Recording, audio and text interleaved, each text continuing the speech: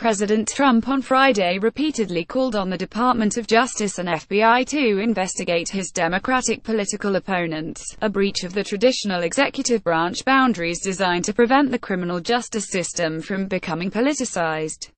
Trump urged federal law enforcement to do what is right and proper by launching criminal probes of former presidential rival Hillary Clinton and her party, a surprising use of his bully pulpit considering he acknowledged a day earlier that presidents are not supposed to intervene in such decisions.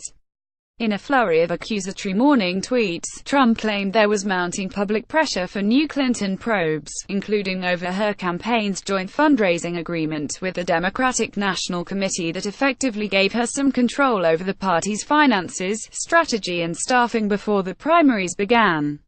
Trump invoked Sen. Elizabeth Warren D. Mass, who had said that she believed the Democratic primaries were rigged in Clinton's favor based on details of the arrangement in a new book by former DNC interim chair Donna Brazile.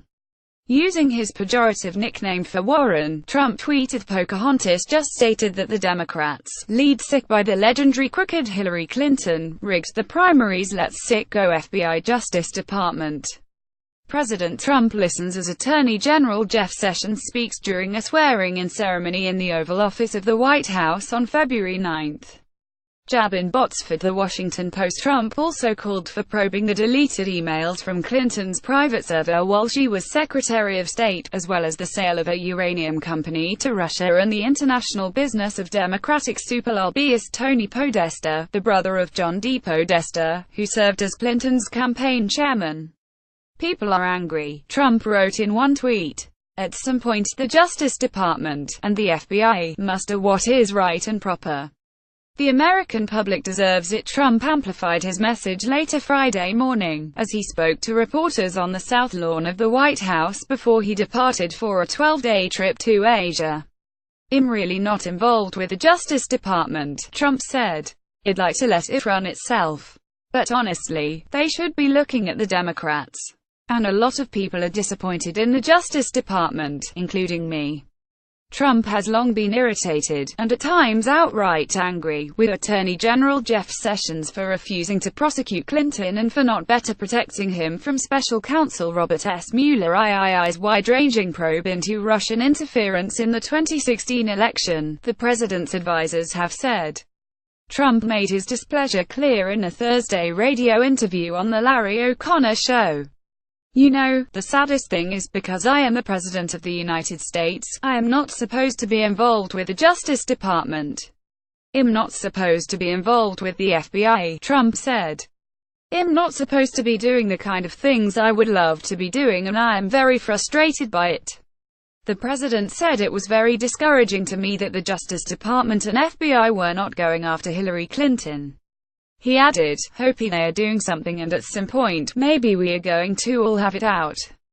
The White House offered no explanation for why Trump publicly pressured the Justice Department on Friday. A Justice Department spokesman also declined to comment. Senior officials at the White House and some key Republican lawmakers have raised concerns in recent days about the level of access the Justice Department has been providing to congressional investigators to review materials.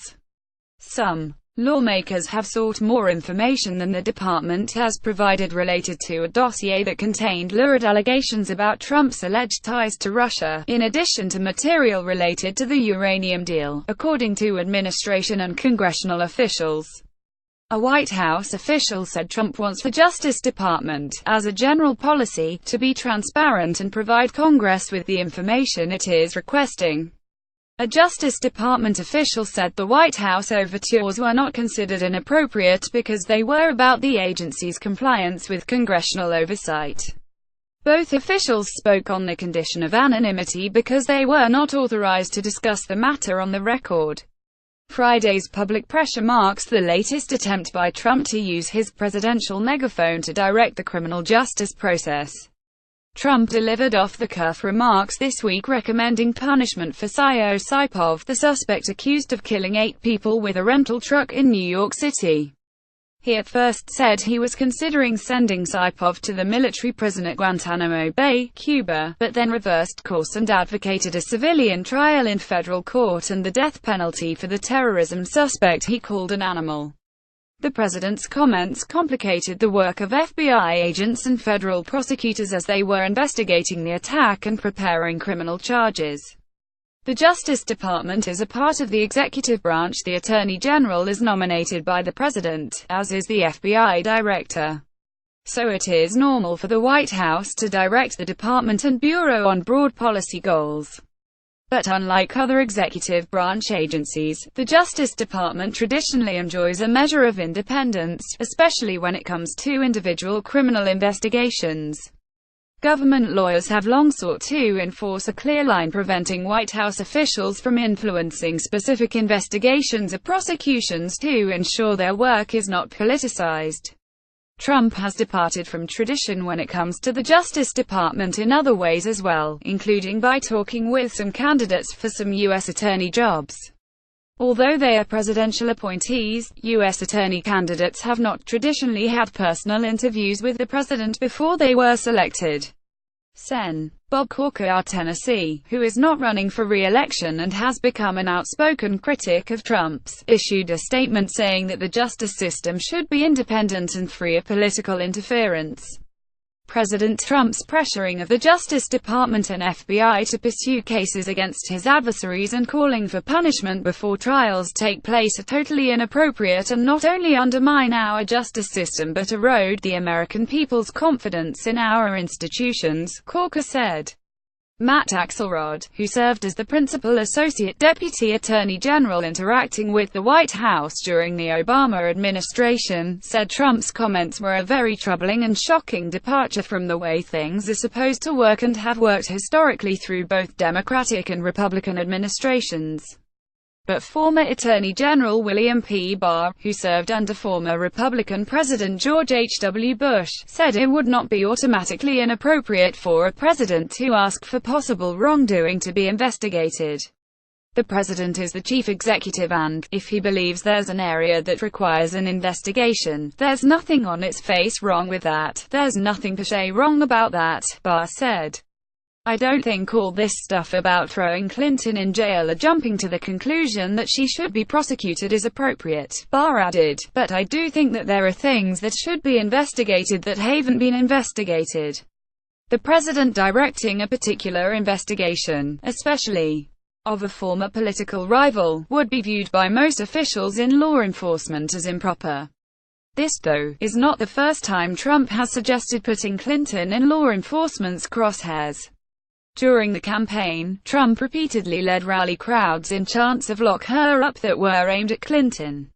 And during a presidential debate, Trump told Clinton he would instruct my attorney general to get a special prosecutor to look into your situation, because there has never been so many lies, so much deception. Trump's comments sparked a torrent of criticism, including from former Attorney General Michael Mukasey, who worked under former Republican President George W. Bush and was a vocal Clinton critic. It would be like a banana republic, Mukasey, who could not be reached for comment Friday, said at the time. Putting political opponents in jail for offenses committed in a political setting, even if they're criminal offenses, and they very well may be, is something that we don't do here.